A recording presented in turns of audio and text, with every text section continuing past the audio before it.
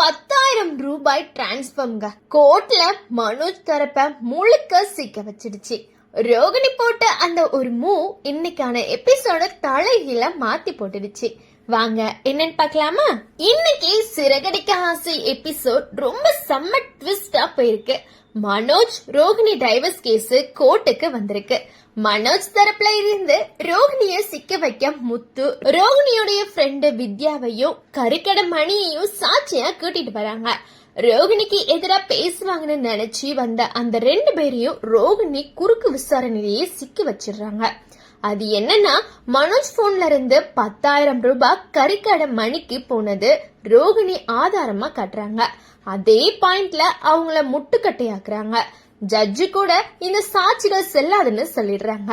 மனோஜ் தரப்பு வைக்க அந்த படம் ரோகிணி தான் அனுப்பியிருக்கான்னு சொல்றாங்க. ஆனா அதுக்கு எந்த ஆதாரமும் இல்லையே.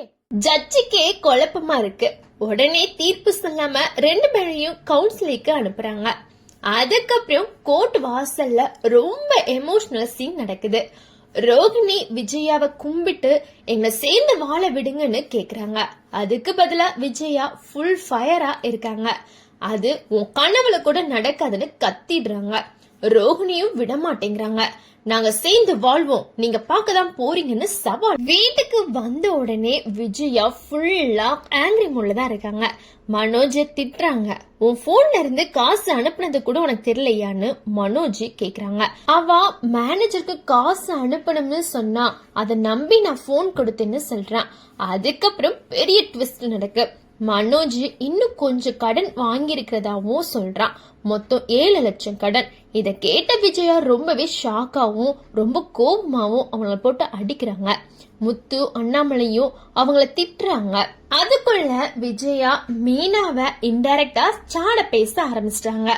மீனா கூட காமா இருந்தவங்க தான் இப்போ போல்டா நான் ஒரு நாள் நல்ல நிலைமைக்கு வருவேன்னு சவாலும் விடுறாங்க.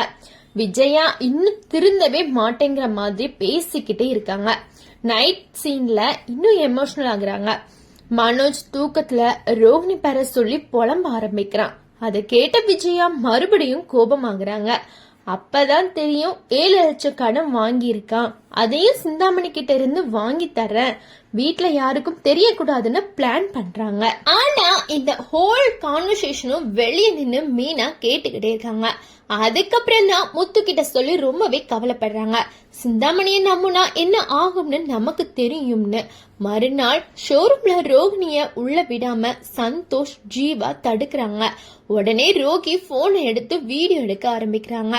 நீங்க என்ன ஹரஸ் பண்றீங்கன்னு போலீஸ் கிட்ட காட்டுறேன்னு மிரட்டுறா. அவங்க பயந்து போயிடுறாங்க. அவங்க கான்பிடென்டா உள்ள போயிடுறா. மொத்தத்துல இன்னைக்கு episode full tension, ego clash, future problem setup மாதிரி இருந்துச்சு. இப்போ பெரிய கொஸ்டின் என்னன்னா, கவுன்சிலிங் என்ன ஆகும்? சிந்தாமணி என்ட்ரி அடுத்த பிரச்சனையா? மீனா இந்த சீக்ரெட்டா வெளியே போயிடுவாங்களா அப்படின்னு தான் இருக்கு. நன்றி, வணக்கம்.